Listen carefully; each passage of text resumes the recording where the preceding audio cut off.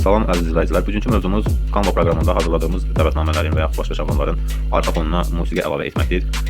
Bununla bağlı çox izləyicilərimiz çətinlik yaşadığına görə mən ayrıca belə bir video çəkmək qərarına gəldim.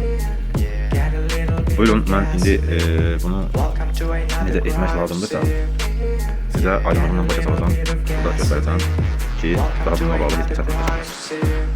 Beləliklə, istədiyimiz bir şablonu seçirik. Məsəl üçün, şablonu seçək.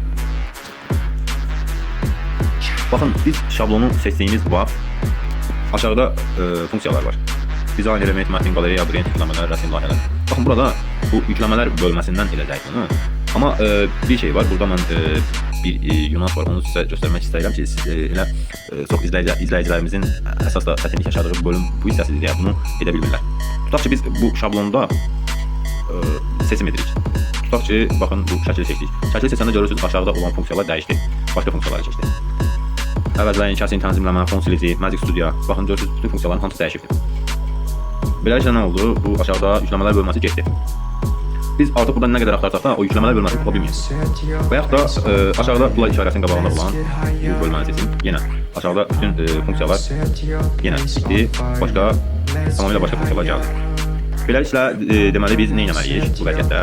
Ya biz ilk girdiyimiz vaxtda onu seçməliyik. Və yaxud da girdik, istədiyimiz dəvətnamə deyək. Məsələn üçün, dəvətnaməni hazırladıq, istədiyimiz şablonları əlavə etdik, istədiyimiz formada qurlaşdırdıq. İndi isə musiqi əlavə etmək istəyirik, amma aşağıda yükləmələr bölməsi çıxır. Bunun üçün nə edirik? Biz telefonun öz menüsündə olan geri qayıtma düyməsini vururuq. Gördüyünüz kimi baxın, geri qayıtma düyməsini vuran kimi lap başa qayıdır və yükləmələr bölməsi gəlir. Yükləmələr bölməsindən də vururuq. Burada Audio'ni seçirik. Buraya əlavə etdiyimiz musiqiləri hazırlayacağımız dəvətnamələri əlavə edə bilərik. Və yaxud biz tutaq ki, burada heç bir musiqi əlavə etməmişik deyək ki, bunu necə edirik? Birinci biz bu Canva proqramının bu portfeylinə musiqilərimizi hazırlayacağımız dəvətnamələri əlavə etmək istədiyimiz musiqiləri əlavə etməliyik ki, sonra biz buradan hazırlayacağımız dəvətnamə üçün musiqi seçək, buradan da həmin videoya musiqi əlavə edək. Deməli, indi biz bunu necə edəcək? Gördüyünüz kimi mən bu portfeylə bir neçə musiqi əlavə etmişəm, amma mənim telefonumun yaddaşında başqa musiqilər də var, onları da əlavə edə bilərəm. Əgər əlavə etmək istəyirəmsə, hazırladığım videoya əlavə etmək istəyirəmsə, birinci bu Canva proqramının audio portfeylinə əlavə etməliyəm, ondan sonra hazırladığım videoya əlavə edə bilərəm.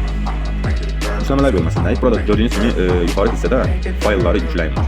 Bu faylları yükləyin bölməsini seçirik, sonra cihazı seçirik. Cihazı seçdikdən sonra burada gəlirik, müzik olan bölümü seçirik və istədiyimiz musiqini seçib, tamam olan bölməni klikləyirik. İstədiyimiz musiqi götür bu audio portfeylinə. Və beləliklə biz buradan da istədiyimiz musiqini baxın cür əlavə edirik. Gəlib şəkilin aşağı hissəsinə düşürük.